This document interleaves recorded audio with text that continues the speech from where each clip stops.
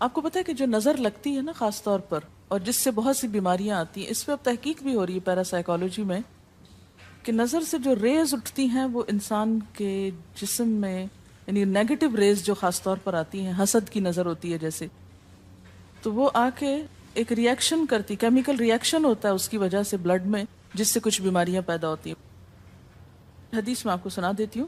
حضرت ام سلمہ سے روایت ہے کہ آپ صلی اللہ علیہ وسلم نے ایک لڑکی کے چہرے پر کالے پیلے رنگ کا نشان دیکھا تو آپ نے فرمایا اسے نظر بد لگ گئی ہے، اس پر دم کرو۔ حضرت جابر کہتے ہیں کہ آپ صلی اللہ علیہ وسلم نے آل حزم کو سانپ کے ڈسنے کی وجہ سے دم کرنے کی رخصت دی، اور آپ نے اسما بنت امیس سے پوچھا کیا وجہ ہے کہ میرے بھتیجے کمزور ہیں، کیا فقر و فاقہ کا شکار ہیں، یعنی کھانے پینے کے باوجود یہ کیوں کمزور ہیں، کیا ان کو کچھ کھانے کو نہیں ملتا؟ انہوں نے کہا نہیں، بلکہ انہیں نظر بد بہت جلد لگ جاتی ہے، تو آپ نے فرمایا ان پر دم کیا کرو۔ یعنی جس بیماری کی سمجھ میں نہ آئے کہ کھائے پیے بھی انسان جوان بھی ہو لیکن اس کو صحت ہو ہی نہ، کوئی ظاہری سبب معلوم ہی نہ ہو، تو ایسے شخص پر دم کرنا چاہیے۔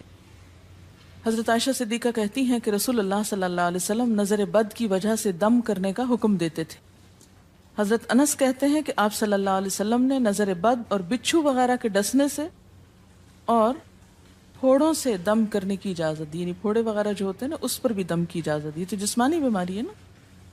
اور نظر کے بارے میں تو یہ بھی کہا گیا ہے، حدیث میں آتا ہے کہ نظر بد کا لگنا حق ہے، انسان کو اونچے پہاڑ سے گرا سکتی، کیونکہ ہوتا کیا ہے کہ جب ایک خاص اینگل سے دیکھا جاتا ہے تو دوسرے انسان کے جسم میں جیسے لرزہ سا آ جاتا ہے نا، اور انسان ہل جاتا ہے۔ اس کی دلیل قرآن میں بھی ہے، ایک سورت کے آخر میں آتا ہے وَإِن يَكَادُ الَّذِينَ كَفَرُوا لَيُزْلِقُونَكَ بِأَبْصَارِهِمْ لَمَّا سَمِعُوا الذِّكْرَ، کہ قریب ہے کہ کچھ کافر آپ کو اپنی نگاہوں سے کیا کر دیں، پھسلا دیں جب یہ قرآن سنتے ہیں، یعنی وہ سننے نہیں آتے تھے، صرف آپ کو گھورتے رہتے تھے۔ اور کس لیے گھورتے رہتے تھے؟ تاکہ آپ بول نہ سکیں، آپ لرز جائیں، ڈگمگا جائیں، اپنا کام چھوڑ دیں، بری نیت سے آتے تھے۔ وَيَقُولُونَ إِنَّهُ لَمَجْنُونَ، کہتے ہیں کہ یہ تو مجنون ہو گیا۔ آپ صلی اللہ علیہ وسلم نے فرمایا نظر بد حق ہے، اگر تقدیر سے کوئی چیز سبقت لے جا سکتی ہوتی تو وہ نظر بد ہے۔ پتہ کیسے چلے؟ چل جاتا ہے، پتہ کیوں نہیں چلتا؟ مثلاً آپ کا بچہ ہنس رہا تھا، کھیل رہا تھا، دودھ پی رہا تھا، کہ اچانک کوئی شخص آیا اور جب وہ اٹھا تو بچے نے شور کرنا شروع کر دیا، اور پتہ چل جاتا ہے۔ بعض اوقات گھر ہی کے لوگوں کی لگ جاتی، بعض اوقات محبت سے بھی لگ جاتی، کہ بچہ کھیل رہا تھا، آپ دیکھتے کہ وہ گر پڑا، اچانک رونا دھونا شروع ہو گیا، سر پٹ گیا۔ حدیث میں آتا ہے نظر بد انسان کو موت تک اور اونٹ کو ہانڈی تک پہنچا دیتی ہے۔ اونٹ کو ہانڈی تک پہنچانے کا مطلب کیا ہے؟ ذبح کرنا پڑ جاتا ہے، تڑپنے لگتا ہے۔ آپ صلی اللہ علیہ وسلم نے فرمایا اللہ کی قضاء اور تقدیر کے بعد سب سے زیادہ نظر بد کی وجہ سے میری امت میں اموات ہوں گی۔ آپ صلی اللہ علیہ وسلم نے فرمایا نظر بد سے اللہ کی پناہ طلب کیا کرو، کیونکہ نظر بد کا لگنا حق ہے۔ اسما بنت امیس نے آپ سے گزارش کی کہ بنو جعفر کو نظر بد لگ جاتی ہے تو کیا وہ ان پہ دم کر سکتی ہیں؟ آپ نے فرمایا ہاں، یعنی ایک عورت بھی دم کر سکتی ہے، اور اگر تقدیر سے کوئی چیز سبقت لے جانے والی ہوتی تو وہ نظر بد ہے۔ آپ نے فرمایا بے شک نظر بد انسان پر اثر انداز ہوتی ہے، حتیٰ کہ اگر وہ ایک اونچی جگہ پر ہو تو نظر کی وجہ سے گر بھی سکتا ہے، یعنی فزیکلی بھی اثر انداز ہوتی ہے۔ اور آپ دیکھیں کہ وہ قرآن پاک میں نہیں آتا وَمِن شَرِّ حَاسِدٍ إِذَا حَسَدَ، اور حاسد کی شر سے جب وہ حسد کرے، تو نظر بد ہوتی کس کی ہے؟ حاسد کی ہوتی۔ بری نظر کس کی ہوتی ہے؟ حاسد کی۔ تو جو صبح شام 3 دفعہ یہ پڑھتے رہیں ان کو حاسد کچھ نہیں کر سکتے، ان کا کچھ نہیں بگاڑ سکتے، جتنا چاہیں گھورتے رہیں۔ اسی طرح ابن کثیر نے کہا کہ نظر بد کا اللہ کے حکم سے لگنا اور اثر انداز ہونا حق ہے۔ تو جب اللہ کی پناہ لیتے ہیں نا قل اعوذ برب الفلق قل اعوذ برب الناس، تو آپ نے اللہ کے پناہ لے لی، شیلٹر میں آ گئے آپ۔ اب ہر چیز بیکار ہو رہی ہے، سب نظریں اور اگر لگتی بھی ہے انسان کو تو کس سے؟ اللہ کے اذن سے لگتی۔ حافظ ابن حجر کہتے ہیں کہ نظر بد کی حقیقت کچھ یوں ہے کہ ایک خبیث الطبع انسان اپنی حاسدانہ نظر جس شخص پر ڈالے تو اسے نقصان پہنچے۔ ابن قیم کہتے ہیں کچھ کم علم لوگوں نے نظر بد کی تاثیر کو باطل قرار دیا ہے اور ان کا کہنا ہے کہ یہ محض توہم پرستی ہے اور اس کی کوئی حقیقت نہیں، لیکن حقیقت یہ ہے کہ یہ لوگ سب سے زیادہ جاہل اور ارواح کی صفات اور ان کی تاثیر سے ناواقف ہیں اور ان کی عقلوں پہ پردہ پڑا ہوا ہے، جبکہ تمام امتوں کے عقلاء باوجود اختلاف مذاہب کے نظر بد سے انکار نہیں کرتے، یعنی صرف اسلام میں نہیں دیگر مذاہب میں بھی یہ کانسیپٹ پایا جاتا ہے، اگرچہ نظر بد کے سبب اور اس کی جہت تاثیر کے سلسلے میں ان میں اختلاف ہے۔ پھر کہتے ہیں اس میں کوئی شک نہیں کہ اللہ تعالیٰ نے جسموں اور روحوں میں مختلف طاقتیں اور طبیعتیں پیدا کی ہیں اور ان میں کئی خواص اور اثر انداز ہونے والی کیفیات ودیت کی ہیں۔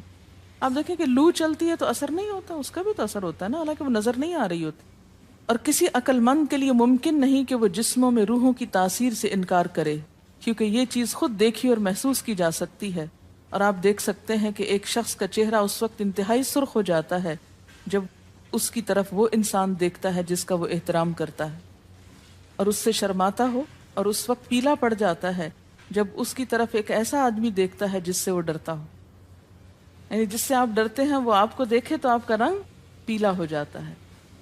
فرمایا یہ سب کچھ روحوں کی تاثیر کی وجہ سے ہوتا ہے، اور چونکہ اس کا تعلق نظر سے ہوتا ہے اور اس لیے نظر بد کی نسبت آنکھ کی نظر کی طرف کی جاتی ہے، حالانکہ آنکھ کی نظر کچھ نہیں کرتی، یہ تو روح کی تاثیر، یعنی نظر یہ نظر نہیں ہے صرف، بلکہ اندر سے روح یا احساسات ہیں جو ٹرانسفر ہوتے ہیں۔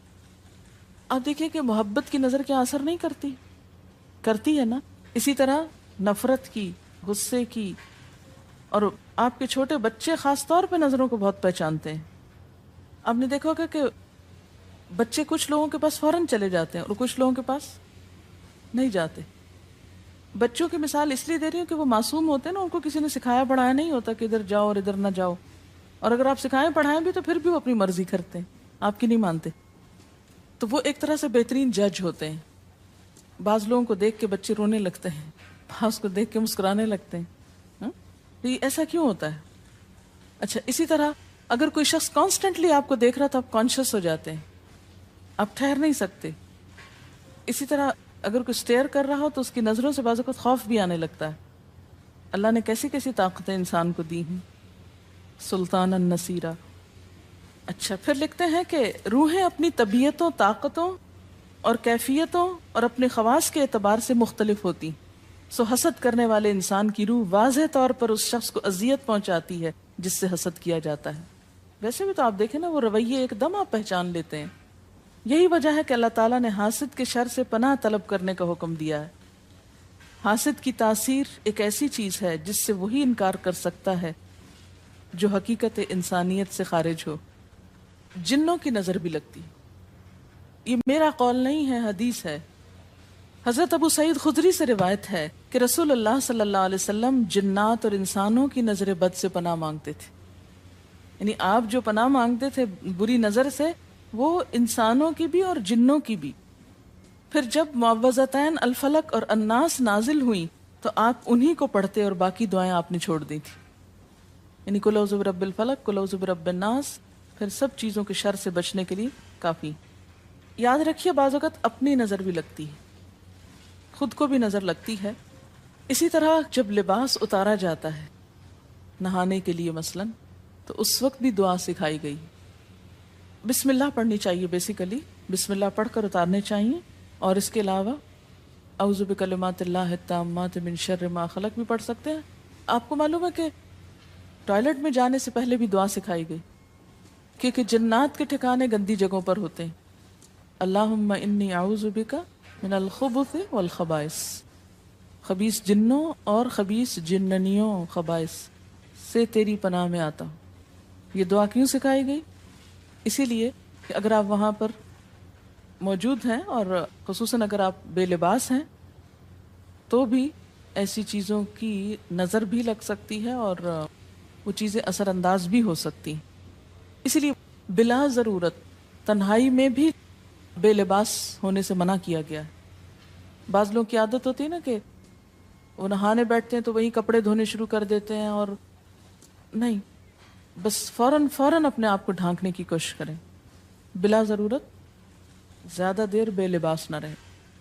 ایک حدیث میں آتا ہے، ابو امامہ کہتے ہیں کہ میرے باپ سہل بن حنیف نے غسل کا ارادہ کیا اور جب قمیص اتاری تو عامر بن ربیہ ان کی طرف دیکھ رہے تھے. ان کا رنگ انتہائی سفید تھا اور جلد بہت خوبصورت تھی. عامر نے دیکھتے ہی کہا، میں نے آج تک اتنی خوبصورت جلد کسی کنواری لڑکی کی بھی نہیں دیکھی. ان کا یہ کہنا تھا کہ سہل کو شدید بخار شروع ہو گیا. چنانچہ نبی صلی اللہ علیہ وسلم کو یہ قصہ بتایا گیا اور آپ سے یہ بھی کہا گیا کہ سہل کی حالت یہ ہے کہ وہ سر بھی نہیں اٹھا سکتا. آپ نے پوچھا، کیا تمہیں کسی پہ شک ہے؟ انہوں نے کہا، جی ہاں، عامر بن ربیہ پہ ہو سکتا ہے. آپ نے انہیں بلوایا اور ناراضگی کا اظہار کرتے ہوئے فرمایا، تم میں سے کوئی ایک کیوں اپنے بھائی کو قتل کرتا ہے؟ کیا تم بارک اللہ نہیں کہہ سکتے تھے؟ اس لیے اب غسل کرو، اور اس غسل کا پانی کس پہ ڈالا جائے؟ جس کو نظر لگی. عامر نے اپنا چہرہ، ہاتھ، کوہنیاں، ٹخنے، پاؤں اور اپنی چادر کے اندرونی حصے دھوئے. پھر اسی پانی کو آپ نے سہل کے اوپر پیچھے سے بہا دی، یہ نہیں کہ اس کے منہ پہ ڈالنا، پیچھے سے بہا دیا اور سہل فوراً ٹھیک ہو گئے. اس کا طریقہ بتایا گیا اس غسل کا. ابن شہاب زہری کا کہنا ہے کہ ہمارے زمانے کے علماء نے غسل کی یہ کیفیت بیان کی ہے، جس آدمی کی نظر لگی ہو اس کے سامنے ایک برتن رکھ دیا جائے جس میں وہ سب سے پہلے کلی کرے اور پانی اسی برتن میں گرائے، پھر اپنا چہرہ دھوئے، پھر اسی پانی کے ذریعے اپنے ہتھیلیاں، دائیں ہاتھ اور ہتھیلی پہ پانی بہائے، پھر بائیں پر اور پھر دائیں کوہنی پر، پھر بائیں کوہنی پر، پھر بائیں ہاتھ سے اپنا دایاں پاؤں دھوئے، پھر دائیں ہاتھ سے بایاں پاؤں دھوئے، اور پھر اسی طرح گھٹنوں پہ پانی بہائے. اور پھر یاد رہے کہ سارا پانی برتن کے اندر جائے، اور اس کے بعد جس شخص کو نظر لگی ہو اس کے سر کی پچھلی جانب سے وہ پانی ایک ہی بار بہا دیا جائے. حضرت عائشہ کہتی ہیں کہ جس شخص کو بری نظر لگتی اس کو اسی طرح غسل کروایا جاتا. اب بعض اوقات یہ نہیں پتا چلتا کس کی لگی. ایسی صورت میں پھر طریقہ کیا ہے علاج کا؟ مریض کے سر پہ ہاتھ رکھ کر یہ دعا پڑھی جائے، بسم اللہ ارقیک من کل داء یؤذیک من کل نفس او عین حاسد اللہ یشفیک بسم اللہ ارقیک.